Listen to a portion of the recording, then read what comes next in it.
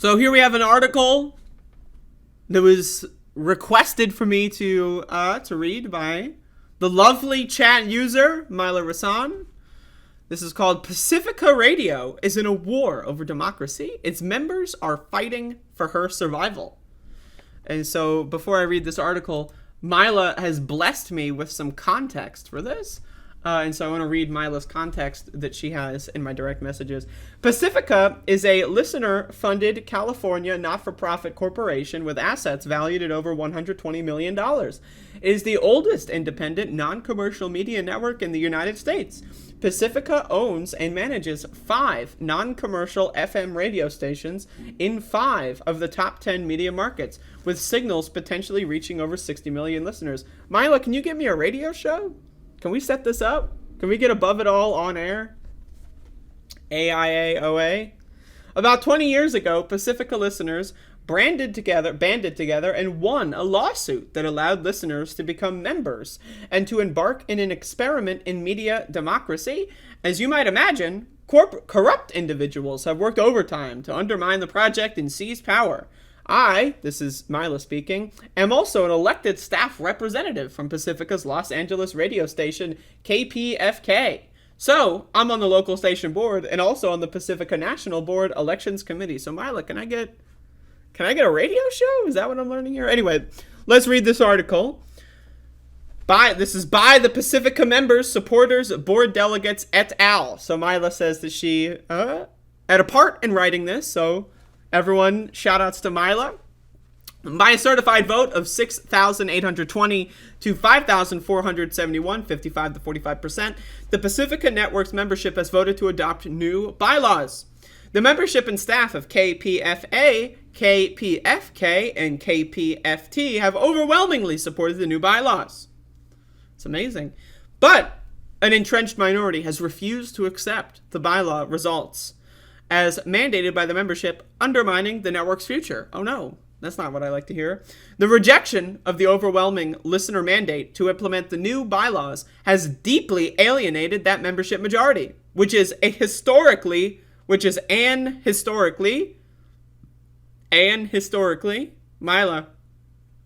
what's going on here? Historically, activist, pro-democracy constituency. The anti-democratic rejection of Pacifica membership's demand by a minority clique has further ruined the reputation of Pacifica and consequently worsened its finances. Oh no. That's no good. That's no good. Amidst a serious financial crisis, the donor base has been alienated by Pacifica's legal team's refusal to disclose how much of the listenership's money it has spent suing against the implementation of bylaws mandated by that same listenership. So they're using the membership money to hire lawyers to sue the members? That's fucking crazy. That's crazy. That's crazy shit. Goddamn. Pacifica's legal team has also used membership donations to fund intimidating legal threats against supporters of democracy at Pacifica. To add insults to injury, in a recent KPFK local board election, Pacifica's legal team arbitrarily eliminated, quote, disappeared 4 candidates. Wait, whoa. Mila, you wrote this article. Where's the second quote? There's only one quotation mark there. Mila, come on. I'm sorry, I know. Just that look.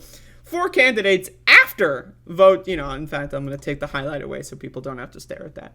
4 candidates after votes were cast with no recourse for the candidates or the members who voted for them. The raw vote count in this KPFK election showed that all 4 candidates eliminated by the Pacifica legal team were in fact duly elected to the KPFK board by the membership. This is like some fucking Green Party or People's Party shit. That's crazy.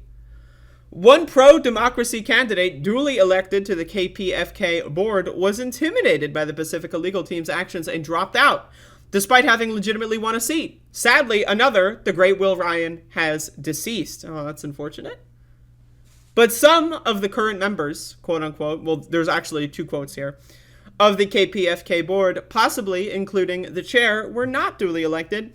Those who were democratically chosen by the membership stand ready to take their rightful seats.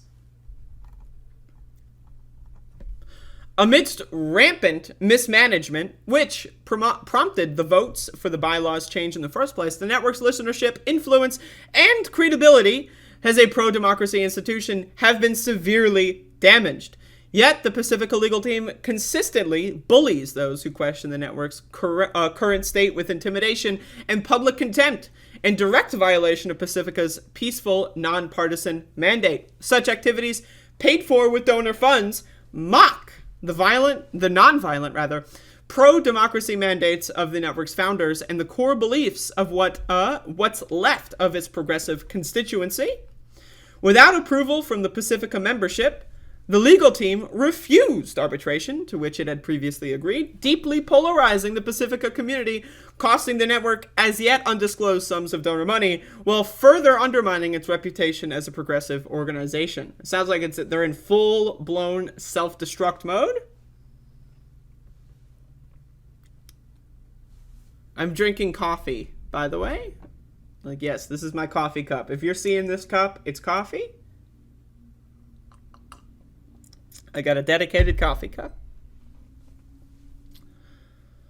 Amidst public challenges, Pacifica has failed to investigate a dubious 99% outcome, hardly viewed as credible among objective observers, at an election involving 131 alleged WBAI staff.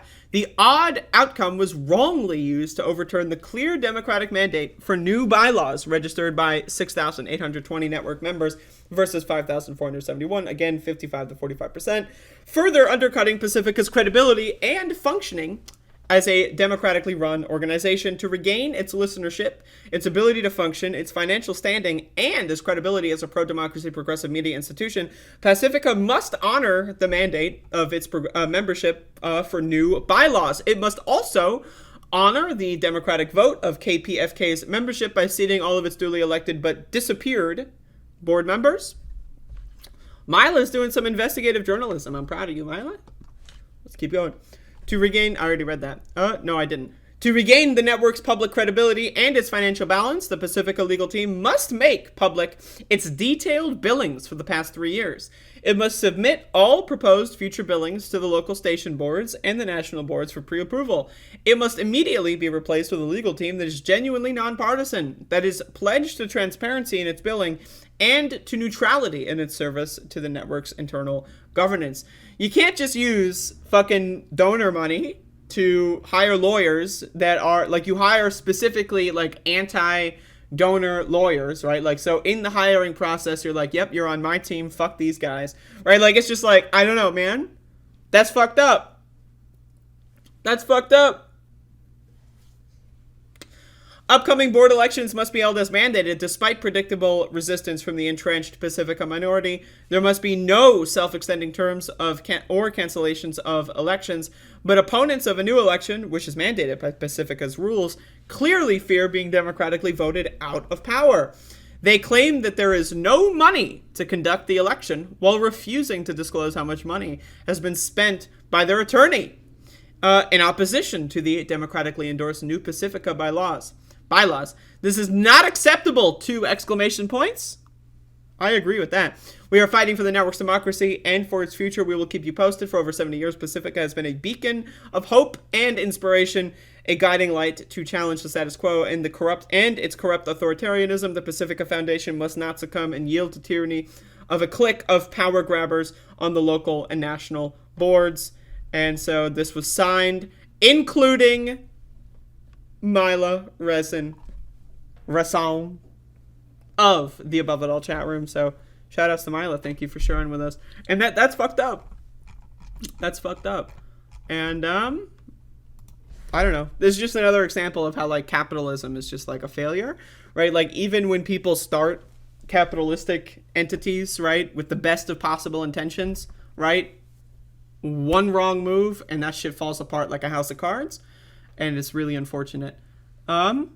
But also, Mila, can you give me a radio show? Is that happening? Is that possible? I don't know. But anyway, thank you, Mila, for sharing.